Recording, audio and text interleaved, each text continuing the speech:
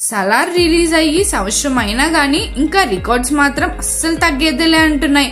ఆ డీటెయిల్స్ చూసే ముందు మన ఫిల్మీ బౌల్ ఛానల్ ని లైక్ చేయండి, షేర్ చేయండి, సబ్స్క్రైబ్ చేయండి. Hello movie lovers, rebel star Prabhas హీరోగా ప్రశాంత్ నీల్ దర్శకత్వంలో వచ్చిన Salaar cinema block buster hit అయిన సంగతి తెలిసిందే.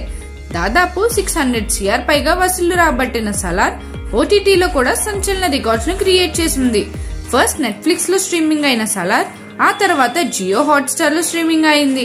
సాధారణంగా ఒక్క ఓటీటీలో స్ట్రీమింగ్ అయితేనే 2-3 వారాల పాటు ట్రెండ్ కావడం కష్టం.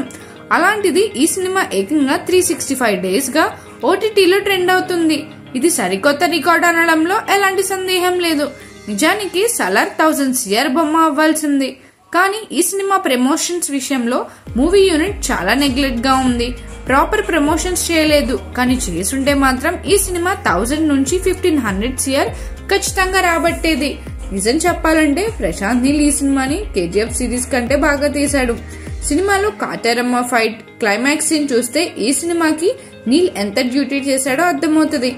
మరి ప్రభాస్ లాంటి స్టార్ తో ఇలాంటి high octane action packed movie తీసిన నీల్ ప్రమోషన్స్ ఎందుకు లైట్ తీసుకున్నాడో ఇప్పటికీ అర్థం కాని విషయం. ఇక సలార్ 2 విషయంలోనైనా జాగ్రత్తలు తీసుకుంటారో లేదో వేచి చూడాలి. ఇలాంటి మరిన్ని ఫిల్మ్ అప్డేట్స్ కోసం, రివ్యూస్ కోసం ఫాలో అవుతూ ఉండండి ఫిల్మీ బౌల్.